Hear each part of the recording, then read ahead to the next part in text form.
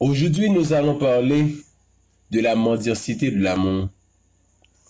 Un amour mendié, ce n'est pas de l'amour. C'est un manque de dignité et de respect envers soi-même.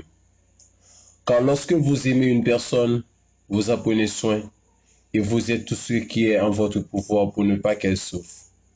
Vous n'êtes jamais à l'origine de la douleur. Ainsi, si vous ne protégez pas de ces faux amours, si vous n'évitez pas la souffrance, alors c'est que vous ne vous aimez pas.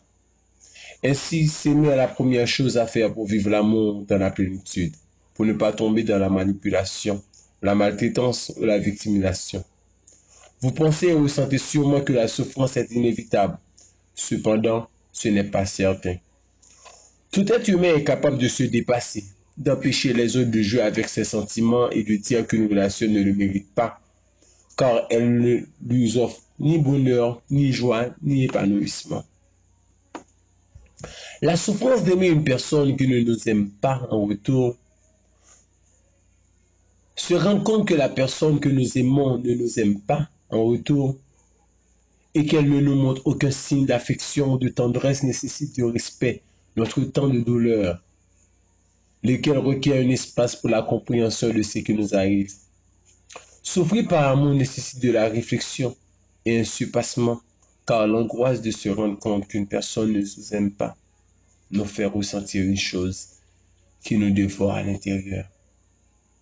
Nous avons l'impression que ce non-amour a trahi nos sentiments et qu'il s'est moqué de notre capacité à aimer. Il est essentiel de s'accorder du temps pour être en colère, pour nier la réalité, pour espérer, pour être épouvanté, pour toucher le fond, pour se rendre compte de tout ce qui est brisé en nous et de toutes les parties qui sont restées intactes, pour réparer les sentiments trouvés, etc. Tout cela est indispensable pour nous aimer nous-mêmes, pour nous sentir importants et nous valoriser. Au bout du compte, lorsque nous laissons derrière nous un amour, un processus de liberté émotionnelle débute dans le bien-être de pouvoir dire adieu à la souffrance. Aïe. Le manque d'intérêt tue la tendresse. L'amour doit être démontré, non mendié. Le faire, c'est de se soumettre à notre capacité à aimer le pire des bourreaux, l'indifférence. En effet, l'indifférence vit du déséquilibre au sein d'une relation et se maintient grâce à la fragilité des ciments de base. Il n'y a rien de mieux que les marques de désintérêt continu pour commencer à ouvrir les yeux lorsque nous nous sentons obligés de les fermer. Ainsi, nous nous rendons compte que toutes les relations ne sont pas de l'amour véritable, qu'aimer n'obtient pas toujours de réciprocité et que pour être heureux en couple, il faut que les deux membres réunis ensemble soient complices et de bons amants. Seul en absence de mensonges, d'excuses et de désintérêt peut se créer un amour qui base sa liberté sur des conduites saines et non soumises. Nous méritons une relation qui se base sur la complicité, l'estime, le temps passé ensemble et l'affection mutuelle.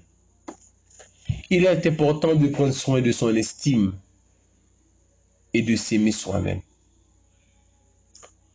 Personne ne peut vous rendre malheureux sans votre consentement. Pour construire une relation de couple heureuse, il est nécessaire de s'aimer et de se valoriser. En d'autres termes, vous devez vous prouver chaque jour que vous vous aimez. Une fois que vous y parviendrez, vous serez prêt à ne plus chercher des personnes qui ne vous regrettent pas et ne vous montrent aucun intérêt à ne plus vous soumettre à l'indifférence qui vous oblige à plier sur les messages ignorés ou les silences infondés.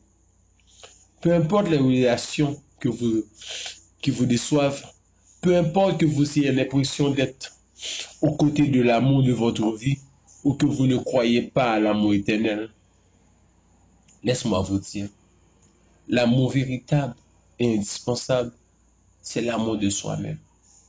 Et c'est une fois que vous ressentez cela que vous pourrez faire valoir ce que vous méritez et ce que vous ne méritez pas. C'était votre motivateur, Loco Joachim. Une fois encore, n'oubliez pas d'abonner à ma chaîne afin d'avoir toujours une rubrique sur la psychologie, sur le bien-être, sur la santé, sur la neuroscience, sur les relations humaines. Merci.